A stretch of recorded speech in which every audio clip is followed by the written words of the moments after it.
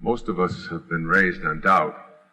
Most of us have been raised to believe in what we can't accomplish.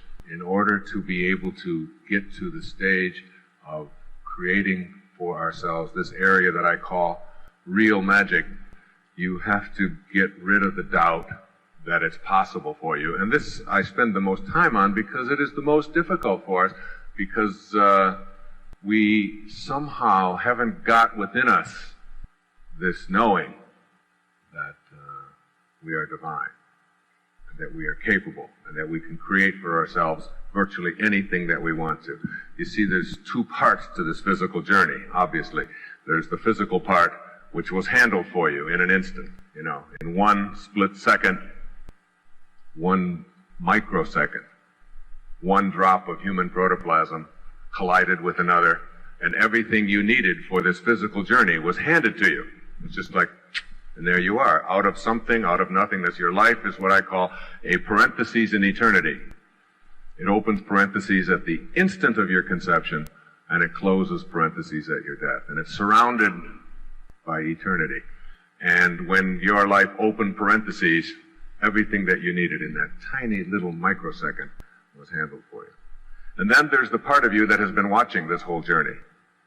There's the I. I heard someone saying at an airport the other day that someone bumped up to them and he said, "Watch out, that's my arm here bumping." And I stopped to think about that, and I wondered, now, whose arm is that really? I mean, if you say, "This is my body," whose body is it?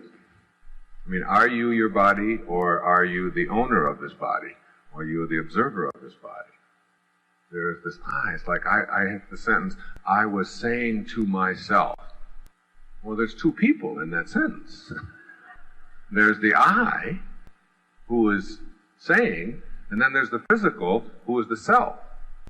So I am speaking here today in terms of creating miracles about the I, the owner, the observer, that invisibleness that is inside this physical package, this ghost in the machine, that you can never escape. You see, when the moment before you die, you close parentheses. If they were to just come in and bring in a big scale, like this cosmic scale, put everybody on it just before they weigh you, and then an instant after you die, then they weigh you again.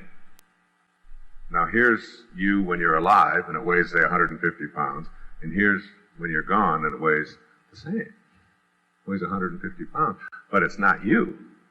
I mean, it's just something that they're going to burn, or they're going to bury. It's going to be worm food. I mean, they wouldn't treat you that way. They wouldn't burn you, would they? I mean, there's laws against that.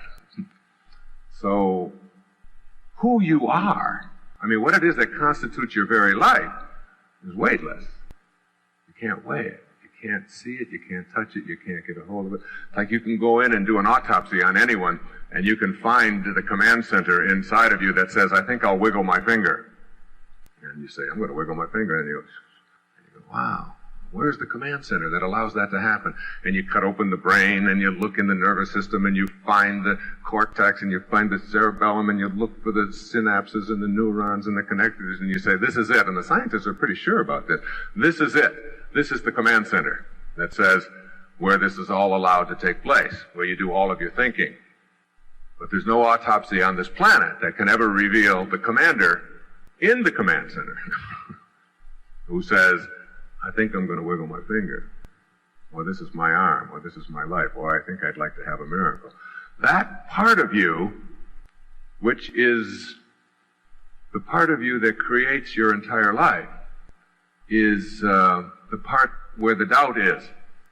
And banishing the doubt really means coming to a full and complete awareness that you are not a human being having a spiritual experience, but indeed that it's the other way around.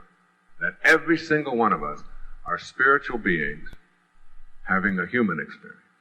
And the quality of that human experience in the physical world is dependent exclusively upon how we connect with and use that invisible part of ourselves. That part that you cannot find in an autopsy, that part that you cannot weigh, that invisibleness that is always with you, that is the observer. And you've got to get really comfortable with this observer. And you've got to understand the 7 words, I think, that were most important ever strung together came out of Proverbs in the Old Testament. As you think, so shall you be. As you think, so shall you be. Now, it doesn't say, as you be, so shall you think, even though that's how most of us run our lives.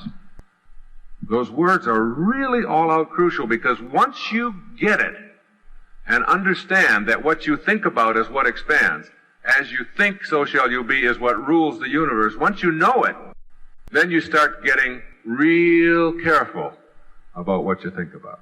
Real careful. Because all of those thoughts, all of those doubts are the things that will manifest themselves into your life.